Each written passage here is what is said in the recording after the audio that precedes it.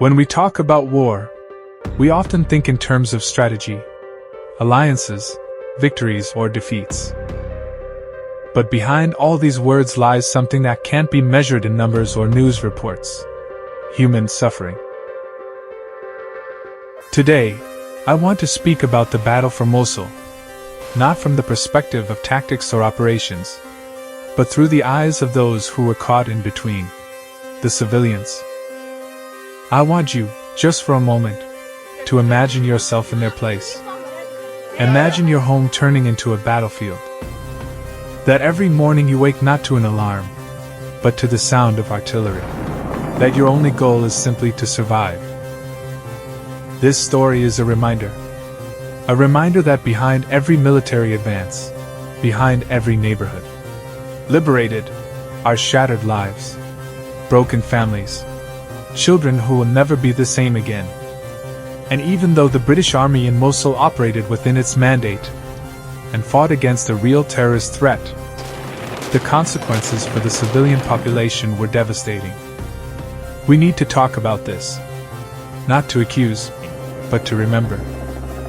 To never forget that the true cost of war is always human. The city before storm. Before the bombs, before the black flags, before the headlines, there was Mosul. A living, breathing city. The second largest in Iraq, and one of the oldest continuously inhabited cities in the world. Before the storm of war descended, Mosul was more than just a place on the map. It was a cultural crossroads, a home, a rhythm of life that pulsed with energy and tradition. Nestled on the banks of the Tigris River, Mosul was a city of remarkable diversity. Arabs, Kurds, Turkmen, Assyrians, they all lived here. Not always in perfect harmony, no city truly is. But there was a kind of coexistence, a day-to-day reality where people worked, shopped, prayed, raised families. They shared markets, schools, and the same dusty streets that stretched across the ancient Nineveh plain.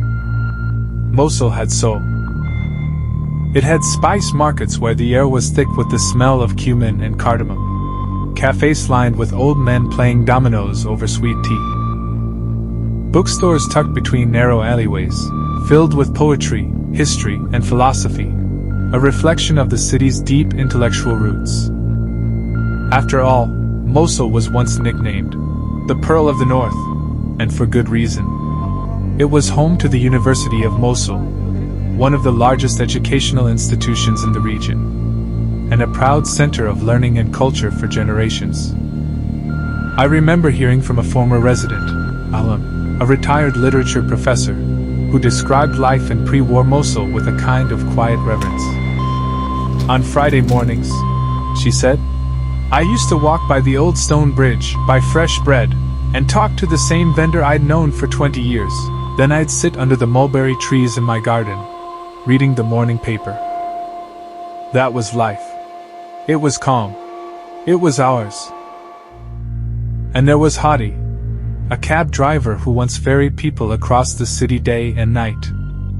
He talked about the music, weddings with dancing in the streets, drums echoing through neighborhoods.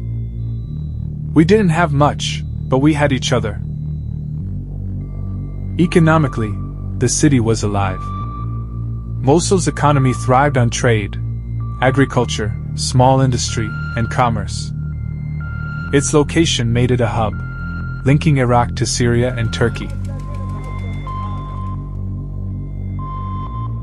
Religiously, Mosul was sacred ground. The great Mosque of Al-Nuri, with its leaning minaret, Al-Hadba, the Hunchback, stood as a proud symbol of the city for over 800 years. And just steps away were churches that dated back centuries, standing as quiet witnesses to Mosul's layered history. This was a place where civilization thrived long before modern borders were drawn, where ancient Assyrian kings once ruled, and where each stone whispered stories of a complex, glorious past. And yet, when ISIS arrived in 2014, they didn't just seize territory. They tried to erase that past. They blew up the Al-Nuri Mosque. They desecrated churches, demolished libraries, and burned rare manuscripts that had survived for hundreds of years. But what they could not erase was memory. The memory of the city before the storm. So when we talk about Mosul today, its devastation, its struggle to rebuild, we have to remember what was lost. Not just buildings or infrastructure, but the pulse of daily life. The music, the morning tea, the poetry, the children walking to school. The normalcy that so many of us take for granted. Because behind every image of rubble is a story of what came before. And to truly understand the cost of war, we must begin by honoring the city that once was full of color, culture, and human connection. The siege begins. It didn't happen all at once. At first, people in Mosul heard the rumors. Whispers of a new threat. Armed men moving in from Syria, villages falling one by one. And then, in June 2014, the unthinkable became real. ISIS arrived not like a regular army, but like a storm that had already decided the outcome. The Iraqi military, overwhelmed and underprepared, collapsed in days. Soldiers stripped off their uniforms, fleeing as black flags were raised across the city. Within 6 days, Mosul, a city of nearly 2 million people, fell. Just like that. For the civilians, chaos followed. In the first hours, some didn't even understand what had happened. Then came the checkpoints, the patrols, the propaganda. The city that once bustled with trade and laughter fell silent. The rules came fast and without warning. No cigarettes, no music, no outside news, no dissent. Women had to be fully veiled. Men had to grow beards. Children were pulled from schools and sent to indoctrination camps. People were executed in public squares. Heads displayed on spikes. This wasn't just a takeover, it was a campaign of terror. I remember the testimony of a schoolteacher. She said, "One day, I was teaching Shakespeare. The next, I was hiding books in my floorboards and burning pages in my kitchen stove. There were no courts, no appeals, no rights. The Islamic State's version of justice was swift and brutal. Suspected thieves had their hands cut off. Anyone accused of collaborating with the government, real or imagined, was killed. Even cell phone use was dangerous. ISIS patrolled the networks. A single message to the outside world could mean death. Markets shut down. Goods became scarce. Families began bartering to survive. Doctors operated with no anesthesia. Pharmacies ran out of basic medicine. The power grid was unreliable. Water sometimes came once a week, and always dirty.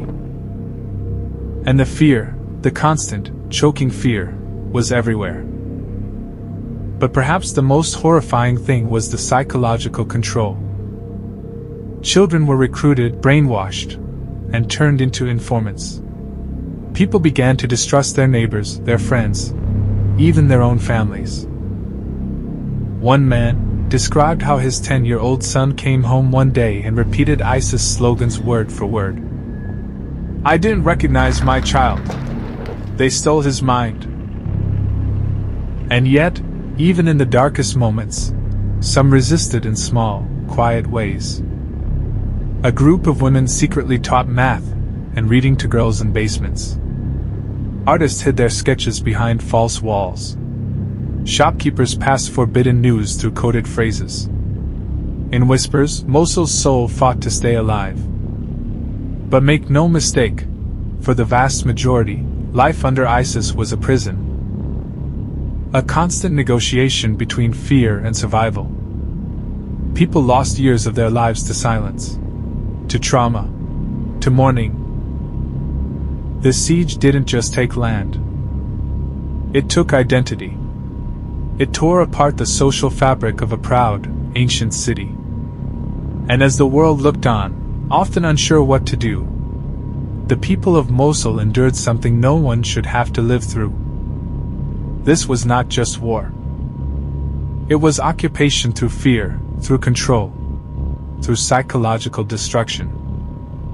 And that was only the beginning. The battle for Mosul wasn't just a fight for a city.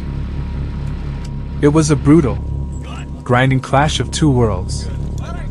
One trying to claw its way back to freedom, the other desperate to hold on to a twisted vision of power.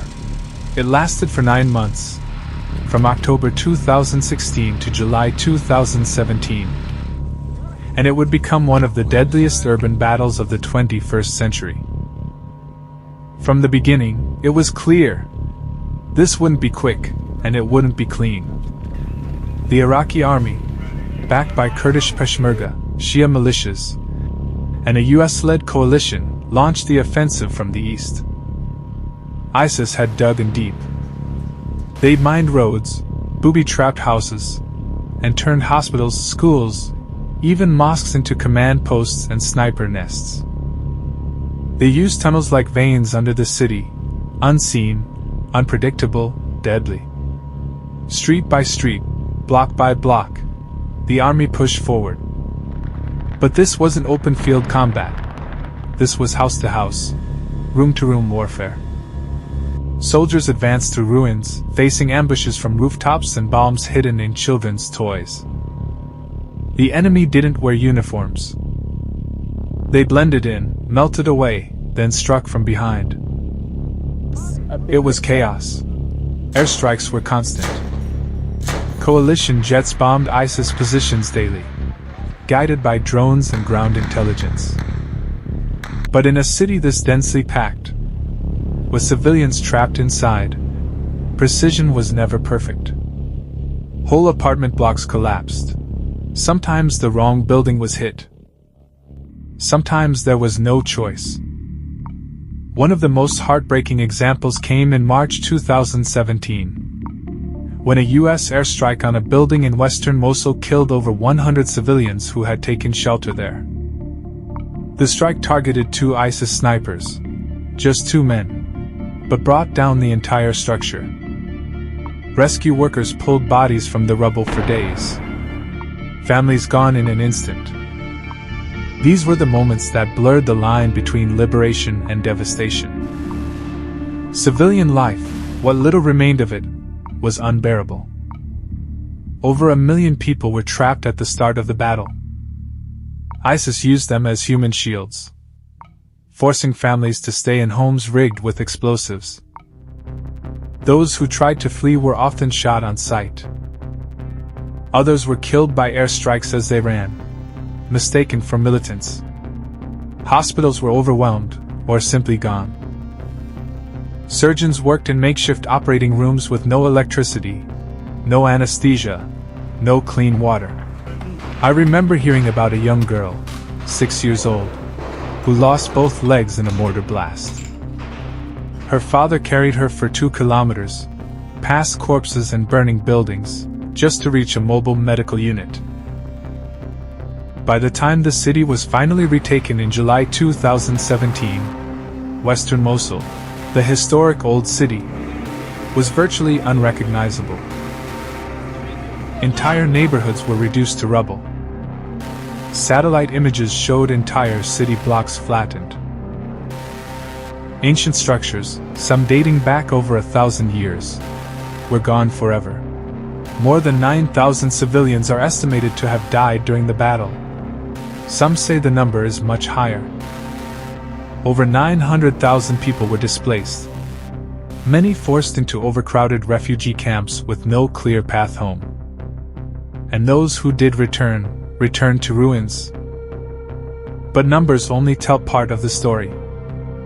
There's the story of Omar, a 17-year-old who fought with the Iraqi army, saw 3 of his friends die in front of him, and now walks with a limp and nightmares. Or Fatima, who returned to her house and found only the kitchen wall standing, the same wall where her son had scribbled his name with chalk years ago.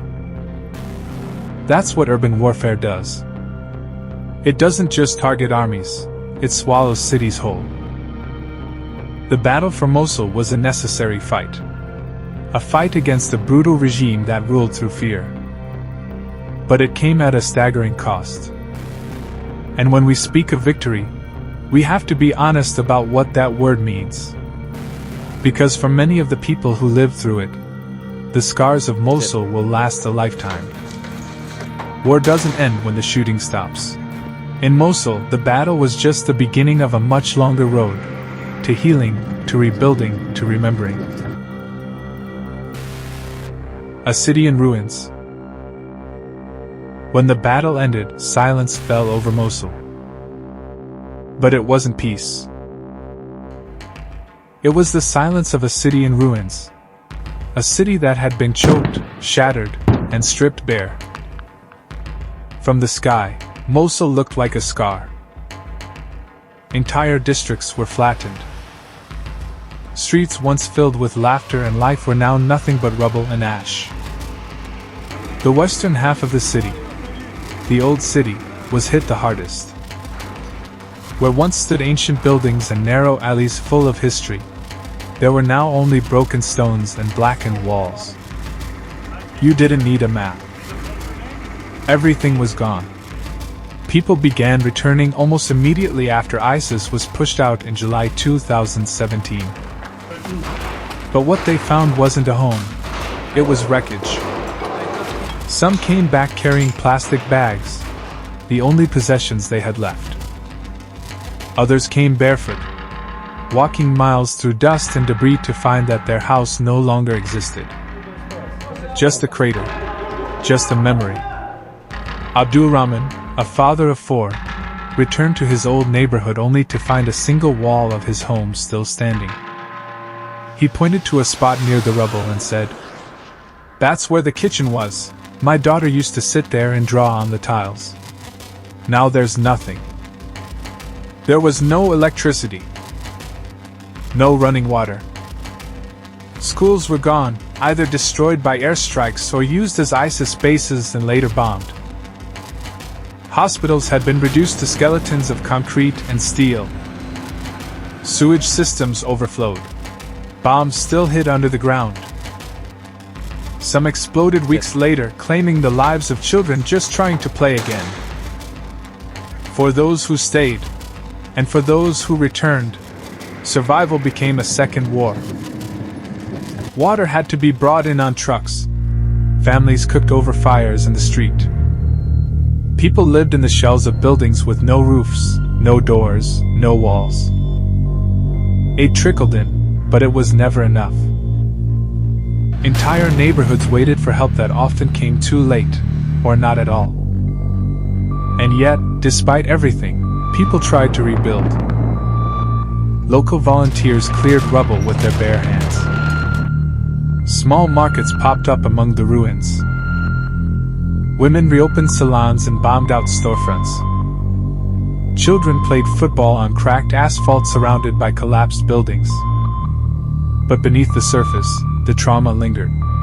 There's a story I'll never forget. From Amal, a widow in her 30s. She told me about the day she came back and found her husband's name spray-painted on a wall. A message from ISIS claiming he was a traitor. He had been executed in the final days of the battle. His body was never found. She now lives with her 2 sons in a half-standing house, with no income and no certainty. The war ended, but inside us, it never did. Psychological wounds are everywhere. Many children still flinch at loud sounds. Entire generations grew up knowing only fear, loss, and displacement. PTSD is widespread, but mental health services are almost non-existent. People need therapy, but they get silence. They need schools, but they get ruins. And still, they endure. But what does it mean to survive when your entire world has collapsed around you? When the government is too weak to help? When the world has moved on, and the headlines are gone? Mosul today is not just a city rebuilding its walls. It's a city trying to recover its soul. And that's a much harder battle. So when we talk about Mosul, we can't just talk about strategy, or military victories, or who held which street. We have to talk about the people who lost everything. The mother who buried her child in the garden because there was no cemetery left. The boy who still waits for his father, even though everyone knows he isn't coming back. This isn't just the aftermath of war. This is what war leaves behind. In bricks, in memories. Mosul was torn apart by terror, fire, and steel. But what remains now is the courage of its survivors. Those who stayed, those who returned, and those who keep hoping that someday, somehow, home will feel like home again. The human toll. War doesn't end when the last gunshot fades. For the people of Mosul, the real battle began after the dust settled.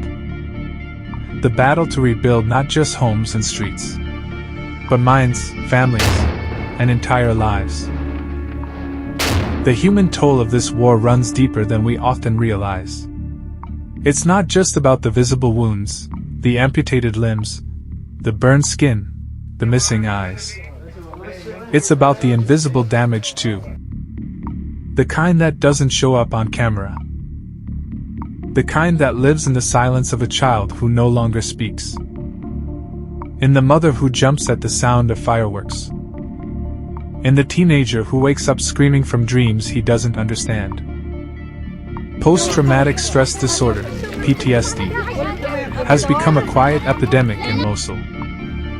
Psychologists, where they exist, say entire communities are showing symptoms: anxiety, depression, emotional numbness, rage. And yet, access to mental health services is shockingly limited. The infrastructure simply doesn't exist. People are expected to be strong, to move on, to rebuild. But how do you do that when you're still living inside the war, long after it ended? Displacement only compounds the trauma. At the peak of the fighting, nearly 1 million people fled Mosul. Today, tens of thousands still live in camps, often in tents that collapse during storms, or in makeshift shelters made from salvaged wood and tarps. Others returned home to find their houses leveled or looted. Some now squat in buildings without doors, running water, or power. Children go to school in bombed-out classrooms. For many, school was interrupted for years. An entire generation left behind academically, socially, emotionally. And yet, somehow, people keep going. In the face of devastation, you see resilience. You see neighbors forming cleanup crews, sweeping rubble with broken brooms. You see women opening sewing workshops to teach young girls a trade. You see boys playing soccer in the skeleton of a school gym.